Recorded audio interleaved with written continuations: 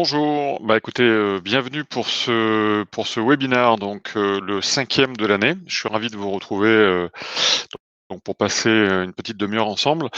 Alors, moi je suis Julien Perrona, je suis cofondateur donc d'une plateforme SaaS spécialisée dans la gestion de la sous-traitance.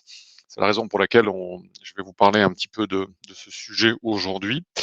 Alors, aujourd'hui, on va traiter d'un thème qui est un thème on va dire, très important parce qu'on va parler des sujets de compliance et des sujets de RSE. Finalement, c'est quelle place la compliance et la RSE ont dans le dispositif de la sous-traitance. On va passer en revue un certain nombre de choses ensemble. Vous aurez aussi la possibilité, enfin vous avez la possibilité donc de poser des questions qui sont des questions, on va dire, en mode privé. Donc vous ne voyez pas les questions des uns et des autres, mais vous pouvez poser autant de questions que vous souhaitez, de manière à pouvoir voilà, nous interroger sur un certain nombre de points.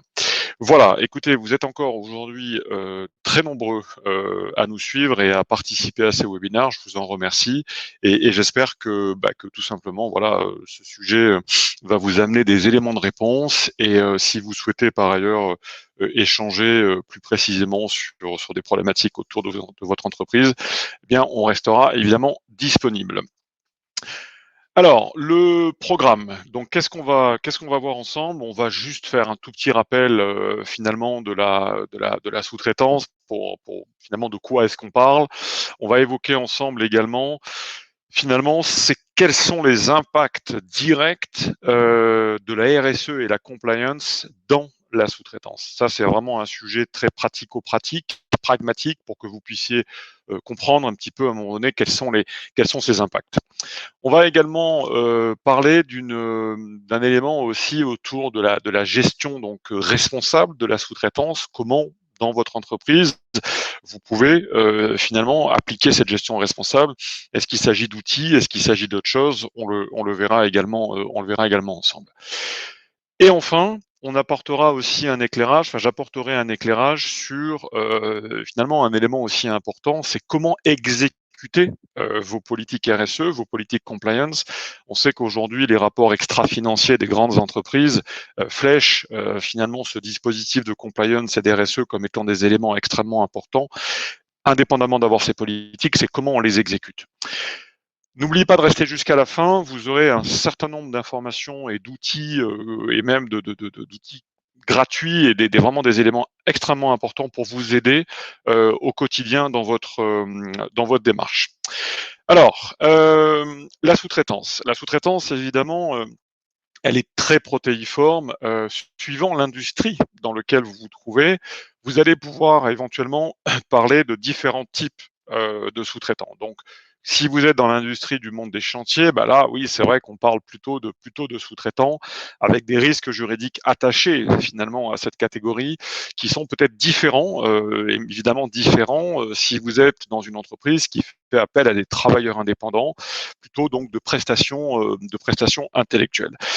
Le sous-traitant peut être aussi un prestataire de service porté par une société de facility management que vous avez peut-être dans vos bureaux, dans vos équipes. Et enfin, vous aurez aussi, et vous avez aussi probablement, je dirais, des sous-traitants qui vont être des prestataires IT, qui vont gérer des projets informatiques. Donc, ce qui est très important, indépendamment de poser ce vocabulaire, c'est de comprendre que finalement, la RSE et la compliance, on le verra après, eh bien, elle est derrière toutes ces ressources externes et on verra que c'est des sujets qui sont pas simples et voir comment finalement vous pouvez repartir de là avec un éclairage pour que vous puissiez mettre en œuvre ce genre de dispositif dans votre entreprise. Alors, on va rentrer dans le vif du sujet. Comme je l'ai dit tout à l'heure, donc RSE et compliance, les impacts directs dans la sous-traitance. Quels sont ces impacts? Alors, finalement, première chose, avant de parler de ces impacts, qu'est-ce que c'est que la RSE? La RSE, c'est évidemment une définition qu'on a tenté d'être la plus simple possible. C'est finalement l'entreprise, votre entreprise, vous devez donc prendre en considération des enjeux environnementaux, empreinte carbone, climat, etc., et aussi des enjeux sociaux dans la gestion de vos activités. Alors ça renvoie à quoi? Ça renvoie à une politique d'achat responsable parce que finalement, on traite d'enjeux environnementaux et d'enjeux sociaux. Quand on a dit ça, finalement, ça renvoie à quoi? Ces enjeux sociaux, donc ça veut dire quoi? Ça veut dire que finalement, je travaille avec des sous-traitants et je dois donc bien manager mon panel de sous-traitants, mais bien manager pas au sens opérationnel du terme, mais plutôt au sens, on va dire, sociétal. Et qu'est-ce que ça veut dire? Bah, ça veut dire déjà, la première chose que vous devez vous poser comme question, c'est est-ce que vous connaissez le panel de sous-traitants avec lequel vous travaillez? Alors, ça peut vous paraître étonnant cette question, mais je peux vous assurer qu'en discutant et en travaillant avec beaucoup d'entreprises qui utilisent notre outil, la connaissance du panel de sous-traitants, eh bien, elle est parfois sommaire, et on va voir ce que ça renvoie comme problème après, des problèmes extrêmement graves. Animer.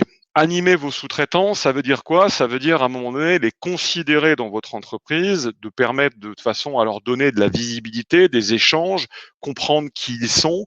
Ça aussi, c'est un élément qui est extrêmement indispensable, de manière à ce que vous puissiez finalement leur faire passer des messages, leur transmettre des informations parfois extrêmement importantes. On a vu dans le Covid, par exemple, que il fallait pouvoir toucher un certain nombre de populations pour leur donner de l'information. Ça rentre évidemment dans le cadre de l'animation. Le respect, évidemment, respecter, ça veut dire quoi? Ça veut dire aussi comprendre finalement quelles sont les problématiques auxquelles ils sont confrontés, pourquoi il y a éventuellement telle et telle chose qui sont faites dans tel et tel délai. Ça aussi, c'est un enjeu pour vous de bien connaître. Et donc, parce qu'on les connaît bien, il y a cette notion de respect, évidemment. L'engagement, ça c'est aussi un élément important. Ça traite de la visibilité, ça traite du contrat, ça traite de finalement de est-ce que vous êtes capable d'apporter une visibilité contractuelle à vos sous-traitants. Le dialogue, est-ce que vous êtes capable aujourd'hui d'installer des systèmes de dialogue, on va dire assez fréquents avec vos sous-traitants pour vous permettre à un moment donné d'avoir de la remontée d'informations pour, encore une fois, mieux les connaître et savoir qui ils sont, de façon à éviter que votre entreprise porte des responsabilités du fait que le dialogue a été rompu ou de la méconnaissance de votre panel. Enfin, anticiper, c'est tout simplement la conclusion de l'ensemble, c'est qu'à partir du moment où vous connaissez vos sous-traitants et que vous avez la possibilité de leur donner de la visibilité contractuelle, d'avoir un dialogue qui est toujours le même, enfin qui est souvent un dialogue, on va dire régulier, eh bien à ce moment-là, vous avez la possibilité d'anticiper. Alors, finalement, derrière ça, qu'est-ce qui vont être les éléments, quels vont être les points essentiels pour lancer cette politique RSE?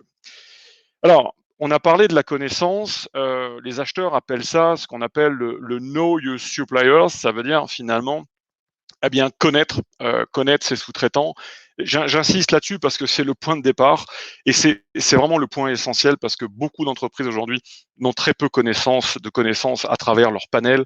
Elles pensent le savoir, mais au final, elles n'ont pas d'outils pour pouvoir avoir un référencement clair et précis de qui sont leurs sous-traitants. Et quand on ne connaît pas, c'est difficile d'exécuter une politique parce qu'on ne sait pas toucher, on ne sait pas apporter les messages, etc.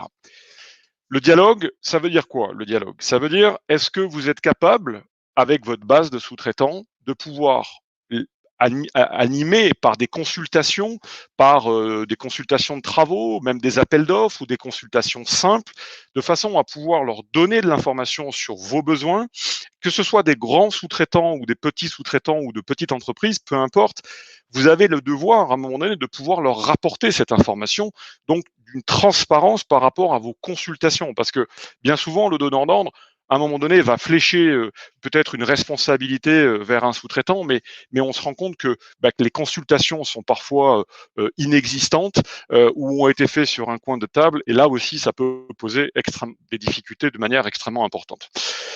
La visibilité, tout à l'heure, j'en ai parlé, c'est la gestion des contrats, en fait, qui est derrière. Hein. C'est la gestion des contrats, c'est est-ce qu'aujourd'hui, vos sous-traitants, vous avez un contrat avec ces sous-traitants pour leur permettre de leur donner de la visibilité économique. Ça, c'est une chose.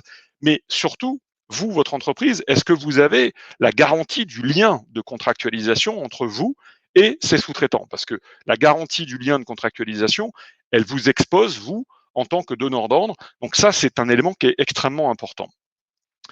L'inclusion aussi, c'est un point important. L'inclusion, c'est finalement, est-ce que je suis capable aujourd'hui dans le dispositif de mon entreprise d'évaluer mes sous-traitants, de pouvoir travailler même avec des petites entreprises, avec des auto-entrepreneurs, parce que j'ai su qui était cette personne, je sais quel type de travaux je peux leur confier, j'ai un outil de qualification pour me permettre finalement de travailler aussi bien avec des grandes que des petites entreprises, et j'ai travaillé ce système de façon à pouvoir m'assurer que je suis en capacité d'avoir vraiment cette inclusion, à savoir des sous-traitants en local, des sous-traitants de petite et moyenne taille ou encore des gros sous-traitants. Alors, tout à l'heure, j'en ai parlé aussi, connaissez-vous vos sous-traitants? Je vais vous donner simplement un exemple.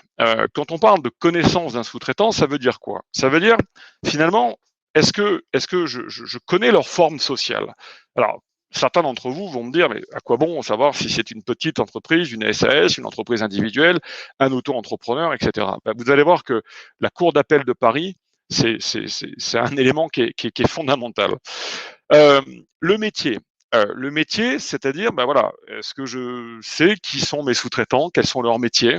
Alors, quels sont leurs métiers? Oui, vous allez me dire, bah oui, je sais que mon sous-traitant, il fait tel et tel métier. Mais j'entends des acheteurs, quand j'en parle avec eux, me dire, ouais, alors nous, on fait du sourcing, et encore du sourcing, et encore du sourcing, etc.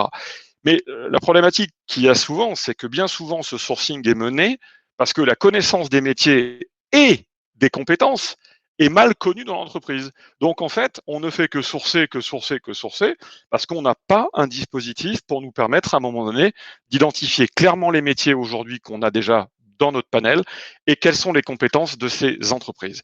Et à partir du moment où vous avez un outil qui vous permet d'avoir une vraie vision sur les métiers, une vraie vision sur les compétences, eh bien, à ce moment-là, vous faites des économies en matière de sourcing parce que vous améliorez la connaissance de votre base et vous savez quelles sont les compétences pénuriques, quelles sont les compétences excédentaires et donc une réduction directe au niveau presque, je dirais, ROI en termes de sourcing. La capacité, ça aussi, c'est un élément qui est fondamental. Donc, je dirais là, on se rapproche encore plus davantage de la notion de RSE. C'est finalement mon sous-traitant, est-ce qu'il est en capacité de faire les travaux? Est-ce que sa société, la forme sociale de sa société, lui permet de réaliser les travaux que je suis en train de lui proposer? L'empreinte carbone, ça aussi, c'est un élément important dans l'évaluation, dans la qualification de votre panel. Est-ce que vous avez un outil qui vous permet à un moment donné de savoir si vos sous-traitants sont plutôt verts ou pas du tout? Et tout simplement, est-ce que vous avez l'information? Alors, un élément concret. La décision de la Cour d'appel, 12 mars 2021. Donc 12 mars, c'est hier. Hein. Eh bien, jugement de la Cour d'appel. Donc la Cour d'appel, c'est la mère des cours d'appel, je dirais, en matière de juridiction, qui a dit la chose suivante, qui a condamné un donneur d'ordre parce qu'elle lui a dit, voilà, l'adéquation des montants des travaux que vous avez sous-traités, n'est donc contractuellement sous-traités, n'est pas du tout en lien avec les effectifs employés par le sous-traitant. Donc ça veut dire qu'en gros, ok, vous vous êtes assuré qu'il payait ses cotisations sociales, mais vous lui avez adressé un marché, a priori un marché conséquent, et ce sous-traitant, au regard de la taille de son entreprise, au regard de ses effectifs, n'est en aucun cas capable de traiter ce marché. Et donc, tout simplement, le donneur d'ordre se trouve dans une responsabilité sociale pour ne pas avoir maîtrisé cette adéquation. Donc, quand je vous dis tout à l'heure qu'il faut connaître ses sous-traitants, ça passe par là. Parce que si vous ne connaissez pas vos sous-traitants, eh bien, ce genre de problématique peut vous arriver. Et cette décision de la Cour d'appel est extrêmement importante. C'est un tournant dans la maîtrise de la sous-traitance qui flèche vraiment cette adéquation-là. Alors, on a parlé de la connaissance. Maintenant, on peut parler du dialogue. Le dialogue, c'est quoi? C'est quand vous consultez votre base, déjà, est-ce que vous la consultez d'une manière homogène? Est-ce que vous consultez tous les sous-traitants avec lesquels vous pourriez travailler, ou est-ce que vos agents, si vous êtes en décentralisé, consultent toujours un peu les mêmes, et que finalement les consultations locales peut-être ne sont pas bien menées, et vous pourriez à un moment donné être pointé en disant bah voilà, finalement cette entreprise, elle travaille toujours avec les mêmes sous-traitants, il n'y a jamais de consultation homogène, finalement on n'arrive jamais à travailler avec elle, etc., etc. Donc ce dialogue, il est extrêmement important de pouvoir vous avoir dans votre dispositif un outil connecté avec ses sous-traitants, avec vos sous-traitants, pour pouvoir échanger sur ces consultations et même pour vous, des effets bénéfiques en matière je dirais, d'optimisation de coûts. Parce que finalement, plus votre consultation est importante et dynamique, plus vous avez la possibilité d'avoir une réponse qui soit adéquate. Transparence des traitements des propositions commerciales, ça aussi c'est un élément important. Beaucoup d'entreprises aujourd'hui nous disent nous on n'est pas capable de traiter des propositions commerciales de sous-traitants qui sont pas référencés chez nous. Le référencement c'est compliqué, ça doit passer au siège, ils doivent se référencer dans les ERP, il y a un scoring un rating au niveau financier, bref, toutes les raisons du monde pour dire qu'à un moment donné, finalement, on ne peut pas étendre ces consultations. Très bien, sauf que le dialogue est un élément important dans le dispositif de la responsabilité sociale. Donc, je vous encourage à voir de quelle manière vous pouvez davantage avoir cette possibilité d'étendre cette consultation et d'avoir une transparence dans les traitements des propositions commerciales de petites et moyennes entreprises avec lesquelles aujourd'hui vous ne pourriez éventuellement pas travailler. La visibilité économique de vos sous-traitants. Ça aussi, c'est un élément qui est fondamental. Moi, je vous parle d'échanges que j'ai avec certains de mes prospects ou de clients avant qu'on travaille avec eux.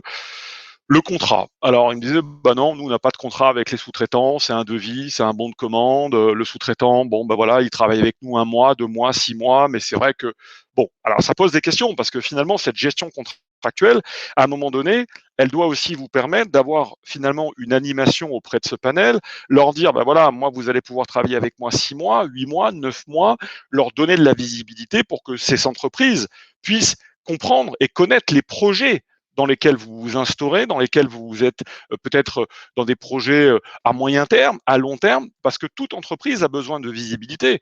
Si vous êtes dans une grande entreprise, la visibilité, évidemment, vous la jugez à 3 ans, 4 ans, 5 ans, 10 ans. Mais une petite et moyenne entreprise, elle juge sa visibilité à 3 mois, 6 mois, 1 an. Donc ça aussi, votre responsabilité sociale, sociétale, c'est de donner de la visibilité, avoir un engagement avec vos sous-traitants de façon à pouvoir leur donner une visibilité économique. Et ça, c'est un point qui est fondamental et ça se passe à travers des contrats. Un élément aussi qui est très important, c'est la notion de facture. Alors vous allez me dire, mais qu'est-ce que ça vient faire là? Comment gérer les délais de traitement des factures? Ça, c'est un truc explosif. Explosif en matière de responsabilité sociale, parce que je parle du délai de traitement et non pas du délai de paiement qui est couvert par la LME, et chacun a son délai de paiement, et je m'initierai évidemment pas là-dedans. Le délai de traitement, c'est quoi? C'est le sous-traitant qui pose sa facture chez vous et qui doit à un moment donné s'assurer que les livrables, ce qu'il vous a proposé, a été convenablement exécuté. Première question, c'est qui chez vous est en cours ou fait des validations des livrables? Est-ce que la validation des livrables, elle est chez vous par les opérationnels? Est-ce qu'ils sont connectés avec la comptabilité pour leur donner l'information rapidement et donc de faire en sorte que finalement la facture soit payée et que le délai de paiement, cette fois-ci, court et puisse se matérialiser? Donc, ce délai de traitement de la facture, ça un pain, c'est vraiment un point qui est considérable parce qu'on voit que souvent les opérationnels ont l'information ou l'ont pas, tardent à donner cette information à la compta. La compta, ne sait pas si elle peut payer ou pas parce que finalement ils n'ont pas ce rôle-là. Eux, ils ne peuvent payer que des factures qui ont été réconciliées et en aucun cas des factures qui ne sont pas réconciliées par les opérationnels. Bref, ça aussi, votre responsabilité sociale, c'est de vous assurer que finalement le délai de traitement des factures, il est processé, il est conforme, de façon à ne pas retarder le paiement du sous-traitant et le mettre en difficulté, ce qui pourrait vous être évidemment reproché. Comment facilitez-vous l'inclusion des petites entreprises? Alors, ça, c'est pareil. Beaucoup de grands groupes avec lesquels aujourd'hui on discute ou avec lequel même on travaille, nous ont dit, bah nous, parfois, c'est difficile de travailler avec des petites entreprises parce que on a un processus qui est tellement long, tellement compliqué, etc., etc. Certes, mais il y a un moment donné, peut-être qu'une petite entreprise, elle va avoir besoin d'une aide ou d'un support à la conformité juridique pour qu'on l'aide et pour qu'on l'accompagne, pour lui dire, bah voilà, il faut que vous transmettiez tel document, il faut que vous nous donniez telle pièce, il faut que vous puissiez justifier de telle information. Ces informations qui sont parfois connues de vous ne le sont pas des petites et moyennes entreprises parce que ce sont des prismes de lecture qui sont complètement différents. Donc ça, c'est aussi important dans votre dispositif au niveau des outils, de façon à vous dire, ben voilà, quel support ou quelle aide je peux apporter à mes sous-traitants pour que finalement je puisse être considéré comme une politique d'achat responsable. Donc, un autre élément, c'est le traitement accéléré des paiements. Alors, vous allez me dire, mais c'est quoi ce truc? Ben, le traitement accéléré des paiements, si vous payez vos sous-traitants à 45 jours ou à 60 jours, et que vos sous-traitants demain, ce sont des entreprises individuelles ou même encore plus petites, des auto-entrepreneurs, ou restons même sur des entreprises individuelles, des paiements à 60 jours, ça va être extrêmement compliqué pour elles. Donc la question, c'est de savoir à un moment donné, est-ce que vous auriez demain un dispositif pour vous permettre d'avoir ce traitement accéléré des paiements? Petite parenthèse, dans notre dispositif aujourd'hui de la plateforme qu'on propose à nos clients, on a cette possibilité justement de payer les sous-traitants sur un temps beaucoup plus court que ce que vous ne pourriez le faire grâce à des accords notamment que nous avons avec BPI où là justement, eh bien, les entreprises donneurs d'ordre avec lesquelles on travaille, eh bien, on peut donc payer, nous, le sous-traitant, d'une manière extrêmement accélérée, voire à réception de facture, avec l'accord, évidemment, de nos clients. Et ça, c'est un dispositif que vous pourrez découvrir si vous voulez creuser autour de la plateforme AdWorking. Mais ça, c'est un élément qui est fondamental. C'est de se dire, j'ai un dispositif qui me permet, à un moment donné, eh bien, de payer plus facilement mes sous-traitants, parce que dans mon entreprise, dans mon groupe, c'est processé, je peux pas le faire différemment. Bref, tout ça, c'est toujours très compliqué. Avec une plateforme comme la nôtre, eh bien, vous avez la possibilité de lancer le paiement à vos sous-traitants d'une manière extrêmement accélérée grâce à nos accords avec la BPI. Alors, on a vu quoi? On a vu que finalement, la RSE, elle favorise quoi? Ben, les diversités. Vous consultez en local, vous consultez des petites et moyennes entreprises, vous consultez votre panel. L'emploi local, on en a parlé. Et enfin, l'impact environnemental, parce que vous connaissez l'empreinte carbone de vos sous-traitants, vous évitez, vous mettez de côté peut-être ceux pour lesquels l'empreinte est mauvaise, ou tout simplement parce que les éléments qui vous remontent ne sont pas dans votre policy et donc ne sont pas dans votre politique, mais vous avez l'information. Ce qui est important, c'est d'avoir l'information. Après, de la traiter et de l'exécuter, chaque entreprise l'exécute selon sa politique. Mais ce qui peut être reproché aujourd'hui à une entreprise, donneur d'ordre, c'est de ne pas avoir l'information. Et on l'a vu tout à l'heure avec la cour d'appel, qui finalement condamne une entreprise parce que elle dit vous auriez dû anticiper le fait que ce sous-traitant n'avait pas la capacité pour faire ses travaux. La RSE, c'est ça. C'est vraiment avoir l'information pour pouvoir travailler sur ces 3 points-là. Et pour avoir l'information, il faut avoir un dispositif qui vous donne cette information et qui trace cette information. Ça, c'est vraiment l'élément fondamental. Alors, la compliance. Qu'est-ce que c'est que la compliance? Alors, voilà, je vais vous laisser prendre la définition, vous la connaissez mieux que moi. Dans la compliance, il y a des éléments juridiques, de conformité juridique, mais il y a aussi des éléments d'éthique. Quand on a dit ça, on a compris à peu près ce que c'est que la compliance. La difficulté de tout ça, c'est que la compliance, en fait, elle est partout dans le dispositif de la sous-traitance. Elle est absolument partout, dans toutes les étapes. Et là aussi, ça renvoie à une politique d'achat responsable. Et quand je dis elle est partout, c'est pas une plaisanterie, elle est vraiment partout. Vous allez voir pourquoi. Le processus de gestion, en fait, de la sous-traitance, c'est probablement un des processus les plus, pas complexes, mais les plus longs. Et pourquoi il est long et surtout avec énormément de ruptures. Prenons cet exemple. Vous commencez avec une plateforme de sourcing ou même tout seul, vous sourcez vos sous-traitants. Ensuite, vous avez, si vous êtes bien équipé, éventuellement un SRM qui va vous permettre d'avoir une super qualification du panel. Après, vous pouvez éventuellement utiliser un outil, une plateforme de conformité juridique. Et puis, éventuellement, avoir un outil de consultation du panel pour favoriser le dialogue, pour favoriser l'inclusion, pour bien consulter votre panel et pas toujours les mêmes, pour avoir cette réponse en cas de contrôle. Vous avez une Contratech qui va vous permettre de bien contractualiser avec vos sous-traitants. Bref, vous êtes super équipé, vous avez même une plateforme de suivi de mission et vous avez des outils de dématérialisation et enfin un logiciel, un ERP qui va vous permettre donc de traiter des paiements, etc., etc. Dans la vraie vie, je le vois très rarement, ça. Voilà, je vois très rarement une entreprise qui a tous ces outils. Alors, ça peut arriver, mais dans la vraie vie, c'est souvent des bouts de tableau Excel d'un côté, c'est un petit peu de conformité d'un côté, c'est pas du tout de gestion de contrat de l'autre. Bref, mais parce que c'est la vraie vie finalement. Et donc la compliance, la problématique de la compliance, c'est qu'elle va se mettre en fait dans tous ces sous-processus. Et c'est là où le danger est important. Parce que si vous avez une mauvaise qualification du panel, bah, vous portez un risque sur la conformité. Si vous avez une absence de contractualisation, bah, ça veut dire que vous ne pouvez ne pas forcément connaître qui sont les sous-traitants qui seront éventuellement en rang 2 derrière votre sous-traitant. Si vous êtes toujours sur des consultations, toujours les mêmes, qui sont consultés, toujours les mêmes, qui sont finalement retenus dans votre dispositif. Là, c'est pareil, ça pose question en matière de concurrence.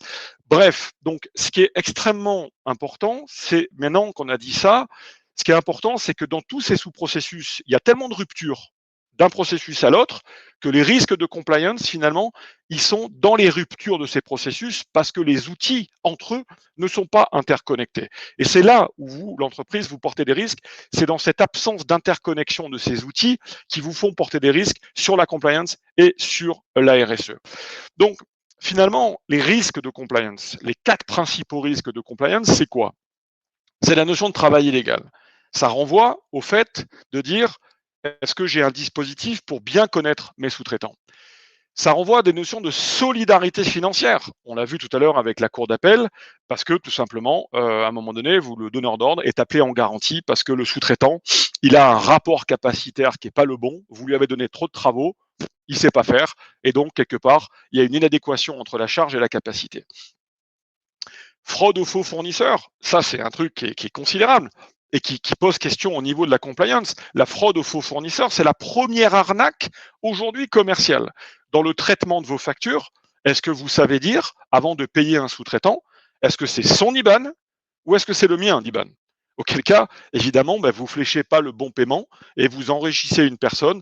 Donc, c'est évidemment extrêmement grave. Donc, là aussi, derrière, il faut se dire à un moment donné, comment je gère ce point-là?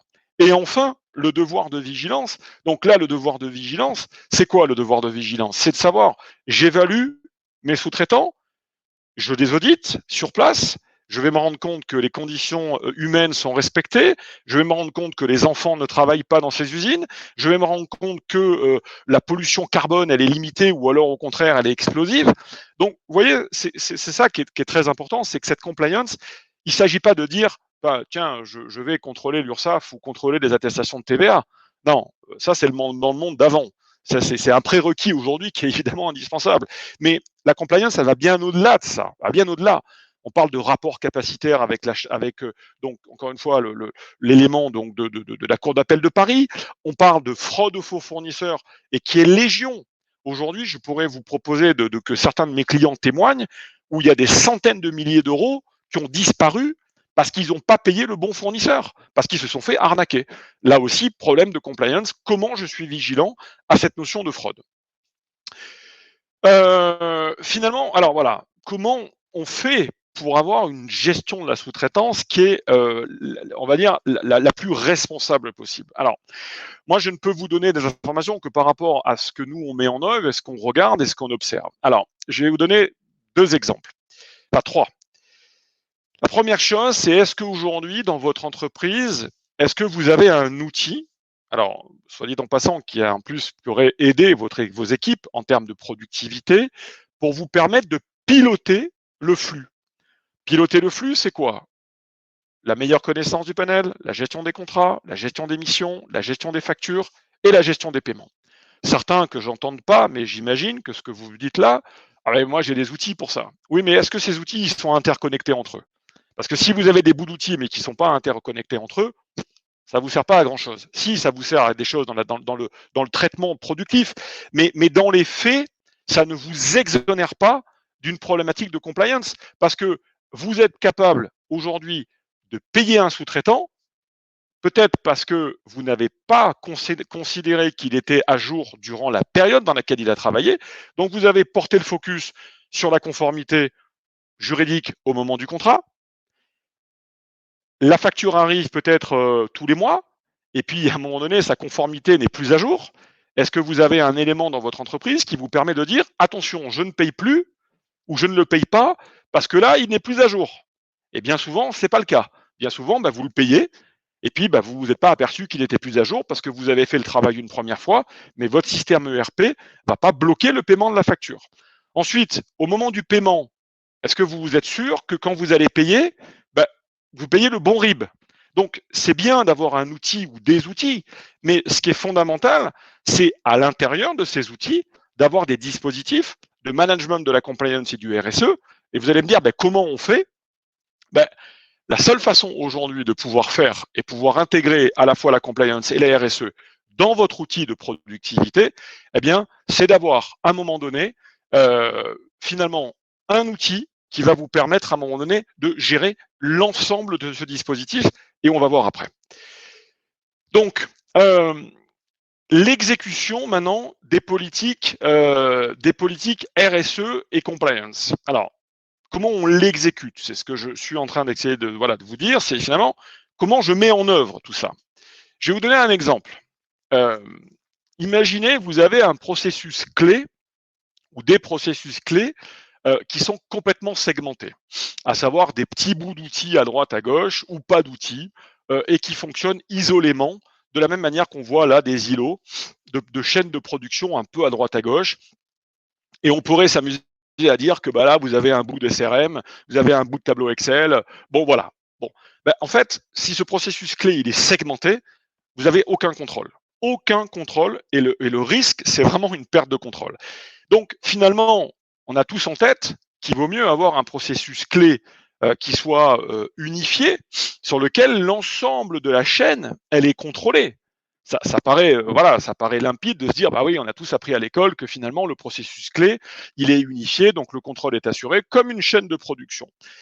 Dans les faits, ce que je suis en train de vous montrer, ce processus clé segmenté, c'est bien souvent ce qu'on voit dans les entreprises, et tout le risque se trouve dans les moments où finalement l'ensemble de ces processus clés ne sont pas unifiés. Donc en réalité, comme la RSE et la compliance interviennent sur l'ensemble du processus de gestion, moi je vous encourage à réfléchir sur se dire finalement comment je peux faire pour avoir un dispositif sur lequel tout est connecté et je pilote toute ma chaîne de sous-traitance sur un seul et unique environnement. Je sais qui sont mes sous-traitants, je peux les désactiver s'ils ne sont pas conformes, j'ai un contrat, je suis alerté en cas de non-conformité pendant la durée du contrat, je les consulte, je peux éventuellement consulter tout le monde, j'ai connaissance de leurs propositions commerciales, je peux les aider à gérer les factures, je peux les aider dans la gestion de la conformité de la facture, ils sont toujours suivis en termes de conformité, et enfin j'ai un dispositif qui va me protéger au niveau des paiements, parce que finalement toute la chaîne, elle se passe à un seul et unique endroit.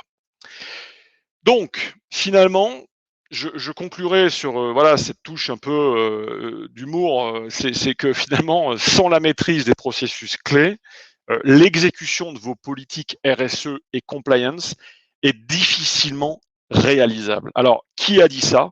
C'est tout simplement moi qui vous donne cette information à mon humble niveau. Ce que je peux vous dire aujourd'hui, c'est que finalement, si vous n'avez pas la maîtrise de ces processus clés, ça va être très compliqué de pouvoir à un moment donné exécuter vos politiques RSE et compliance, parce qu'on voit qu'en fait la RSE et la compliance, elle est en arrière-plan finalement de tout ce processus. Et si ce processus il n'est pas solidaire, c'est compliqué d'exécuter une RSE et une compliance dans un processus qui est déjà mal maîtrisé. Alors, je terminerai sur 2 mots sur nous. Ne partez pas tout de suite, il y a des éléments hyper importants qui arrivent et des tips pour vous aider. Pour rappel, notre entreprise, nous, on a aujourd'hui plus de 2 600 entreprises utilisatrices qui utilisent la plateforme AdWorking. On a plus de 7 000 utilisateurs connectés à l'outil.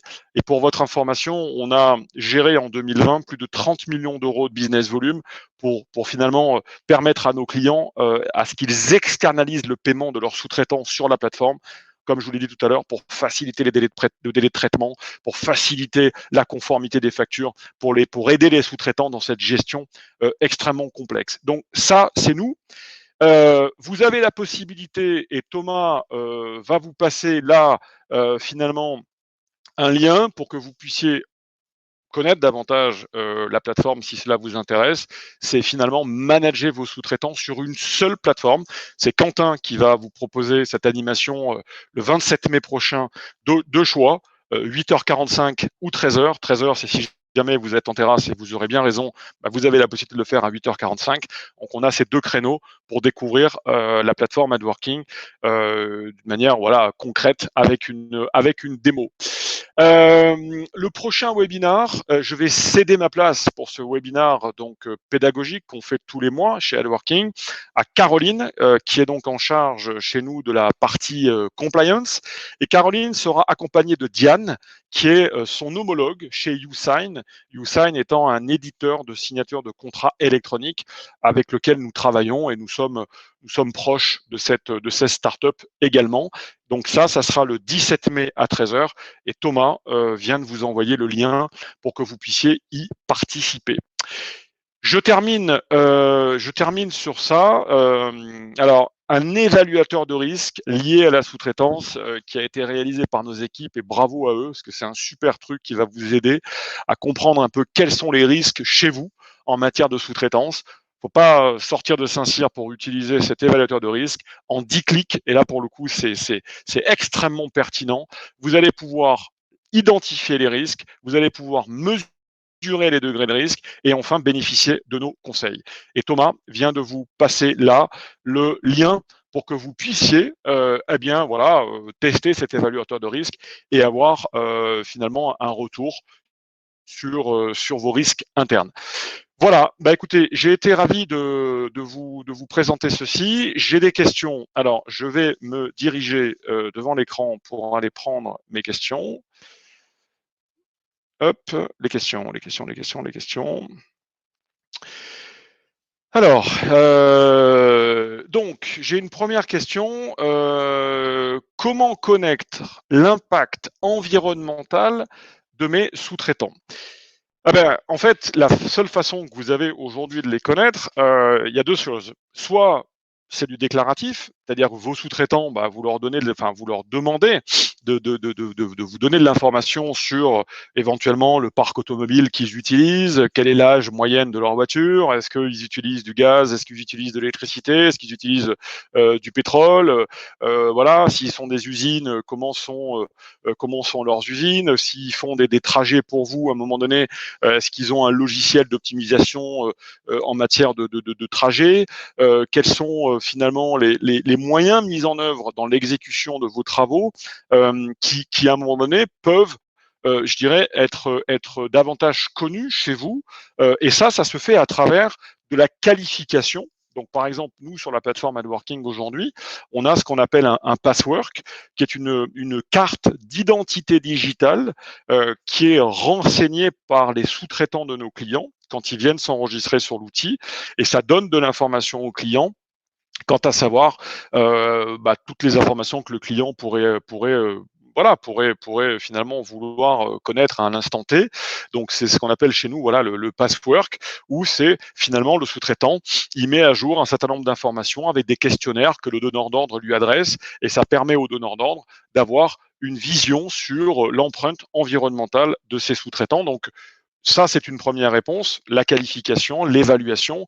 La deuxième chose, c'est voilà, en fonction des sous-traitants avec lesquels vous travaillez et de l'industrie dans laquelle vous êtes, ça peut être évidemment des audits sur site si on parle d'usine. Est-ce que le webinar alors attendez, pardon. Comment évaluer concrètement la capacité de son fournisseur? Ça, c'est à travers le rapport capacitaire. Alors, je reprends la question. Comment évaluer la capacité, donc la capacité de mon fournisseur? Là aussi, je vais vous donner un exemple. Sur la plateforme aujourd'hui, AdWorking, on demande aux opérationnels qui sont en charge d'administrer des travaux auprès de sous-traitants, de dire, voilà, par rapport aux travaux que vous administrez aux sous-traitants, donc des travaux, ça peut être des heures, ça peut être du matériel.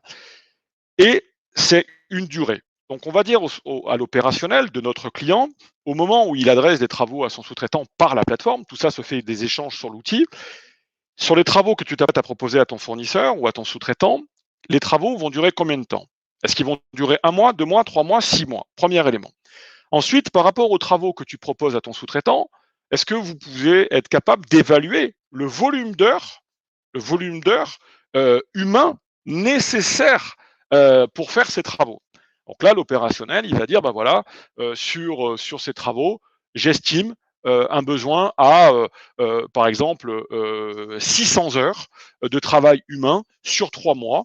Ça veut dire 200 heures par mois, à peu près, de réalisation, d'exécution auprès de mon sous-traitant. Donc 200 heures par mois, 200 heures par mois, c'est globalement 1,20 effectif, à peu près une ressource et demie, qui va être nécessaire près du sous-traitant pour qu'il puisse exécuter ses travaux. Donc, l'attestation de cotisation URSSAF nous donne une information dans le système qui dit que le sous-traitant a, par exemple, 3, 4, 5, 10 salariés chez lui, auquel cas, on a ce rapport capacitaire qui dit le sous-traitant a tant d'effectifs, il a besoin de faire tant d'heures pour réaliser ses travaux proposés par son donneur d'ordre. Est-ce que le rapport entre l'effectif disponible du sous-traitant et le volume d'heures exécuté par le client est cohérent? Ou est-ce qu'il y a des incohérences?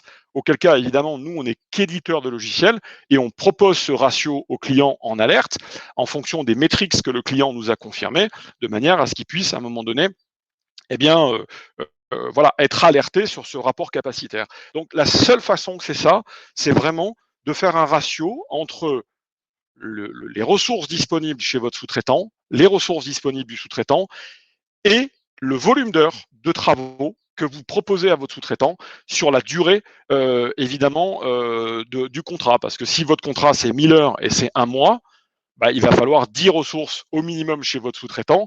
Et si vous proposez 1000 heures à un sous-traitant qui est auto-entrepreneur, là, vous êtes dans le rouge. Et c'est là où ça vous pose un problème en matière de responsabilité sociale parce que vous êtes tenu de garantir l'adéquation entre les travaux que vous proposez, le volume d'heures que vous proposez, par rapport à la forme sociale et par rapport à la capacité de votre sous-traitant. Et ça, c'est des outils qui peuvent vous aider pour le faire. Nous, aujourd'hui, avec la plateforme, on est capable de vous proposer ce genre d'alerte pour avoir cette information extrêmement précise. Alors, bon, je suis désolé, mais il y a beaucoup de questions. Je vous propose une chose, c'est que de toute façon, le webinaire, il sera disponible en replay. Vous pourrez avoir l'intégralité de ce webinaire en replay. Je vous invite aussi éventuellement à échanger si vous voulez avec moi par mail, sur LinkedIn, peu importe. On pourra échanger ensemble de manière à rentrer dans le détail plus précisément par rapport aux différents cas qui sont dans vos entreprises. Voilà, je vous remercie en tout cas pour encore une fois votre présence qui a été très nombreuse aujourd'hui et j'espère vous dire à bientôt et puis prenez soin de vous en tout cas. Merci.